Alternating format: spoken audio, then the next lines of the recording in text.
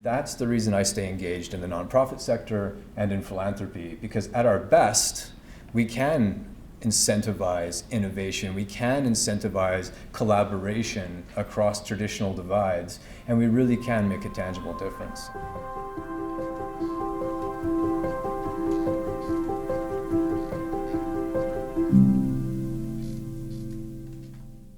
Thank you. Afternoon. I was very, very humbled by the invitation, Sam. I've known Sam for a long time. When I studied at UBC, I was studying poli-sci, and I was actually sent on many occasions to audit City Hall when Sam was first elected. And so Sam was part of the reason I actually started off. I was inspired to go into public office. I actually became a legislative intern in 1996 and worked in Victoria. And I thought for sure this was going to be my life. I was going to stay in BC, serving in a public capacity. But I got itchy feet, and I decided kind of on a whim almost to go off to South Africa in 1997 and volunteer. And that unfortunately kind of changed my life. Well, whether it's fortunate or not, time will tell. But there was a defining moment in South Africa that I think really convinced me that I might not come home as planned.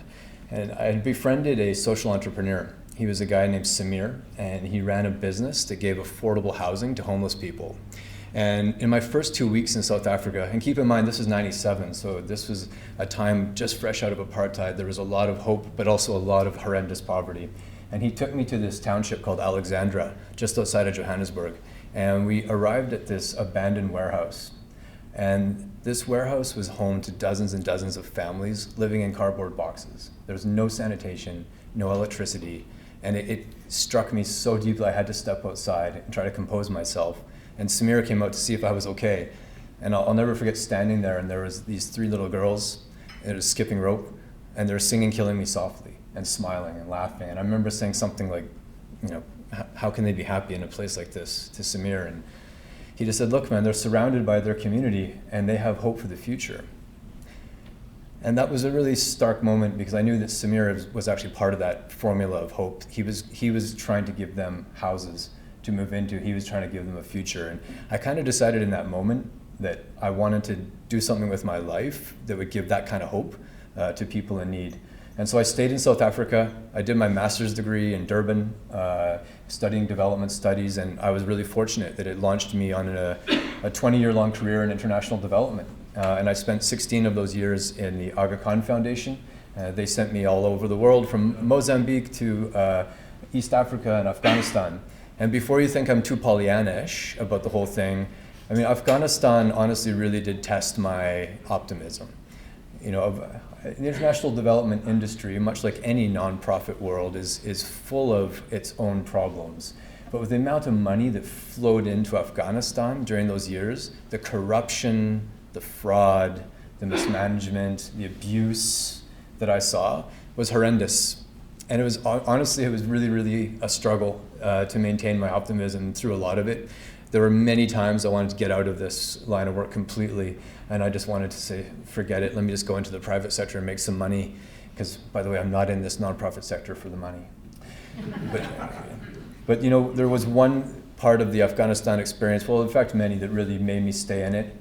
That we did a project with the government of Canada, where the Aga Khan Foundation partnered with CEDA back then to implement a girls' enrollment program up in the northeastern part of the country, in Badakhshan.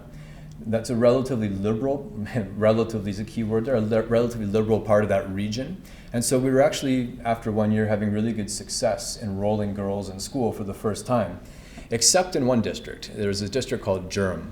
And that was where there was a very, very conservative and very warlike mullah who was completely blocking everything we wanted to do. He was so against what we were doing that he actually had our offices burned down a year before I had arrived in the country. But we did not run away from that problem, we engaged. However, the government of Canada, rightly perhaps, after 18 months of program implementation, saw a big fat 0 next to the number of girls that we had managed to enroll. And they called me into their office in Kabul and they said, Kevin, you gotta move. You gotta give it up, move to another place, deploy your resources where it can be more effective. I took that back to my team and they said, forget it. We have a plan. We can get this done. Don't listen to them, listen to us. We can move the bar here. So we did, and the government of Canada, to their credit, agreed. we stayed involved, and my local team up there started to engage in a process of careful dialogue and some structured incentivization. And lo and behold, after 2.5 years into a 4-year program of getting no results, the very same mullah who had burned our office down ended up personally running a girls' enrollment campaign, sending more than 1,000 girls to school for the first time. It was absolutely a remarkable turnaround and achievement. And so when I left Afghanistan, I still had a tempered, bruised, and battered sense of optimism that great things are still possible even in the most horrific circumstances. So I recently moved home. I got home about 6 months ago, and I joined Social Venture Partners. And what I loved about Social Venture Partners as a concept is that it's like a little platform where they bring together a community of philanthropists on one side, and they bring together nonprofits on the other side, all with a common goal of making a difference in kids' lives. And so that model of partnership is really interesting, and I like to call it a platform because a platform adds value to both sides. So the value that they add to the philanthropists is that those philanthropists get to join an interesting community of successful, like-minded individuals, and they get to pool their time and their money together to make a broader impact. But it also then adds value to the nonprofits, because the nonprofits get cash in the form of grants, but they also get expertise and time from some of Vancouver's most successful business people. So it's a nice formula, and we're hoping to even expand it out into the world. And I know that sounds a bit theoretical, so the last thing I'll share is that in my first month in Vancouver, I got to go visit the Take a Hike Foundation. I'm sure many of you know the Take a Hike Foundation. Their story was really compelling to me. When I met the kids that are enrolled in these programs, these are all kids facing mental health challenges, right? And the founders of Take a Hike, they identified this problem, and they said, there's way too many kids facing mental health barriers that do not graduate high school and end up facing really uncertain futures, often leading down a path of poverty, even to the streets. But they had an innovative idea. They thought that they can make an in-classroom support model that would give the kids the social and psychological support they needed to succeed. So SVP, this was years ago, thought that's an inspiring idea. That's really innovative. Let's give them some seed grant money. Let's give them some networks. Let's give them access to people, and let's mentor them.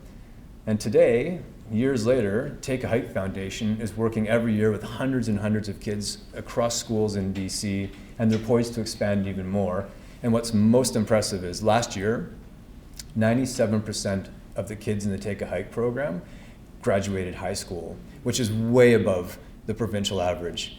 So they changed the game. They changed the game for those kids, but they also changed the way that we conceive of what's possible in the civic landscape, because they gave us a better model, a better way of doing things. And that's the reason I stay engaged in the nonprofit sector and in philanthropy, because at our best, we can incentivize innovation, we can incentivize collaboration across traditional divides, and we really can make a tangible difference. And so at a personal level, I feel genuinely grateful that I get to work with organizations like Take a Hike and with the philanthropists that I get to deal with every day, because every day is filled with conversations about how to make the world a little bit better. And so I thought I'd leave you on that Pollyannish note. So thank you very much.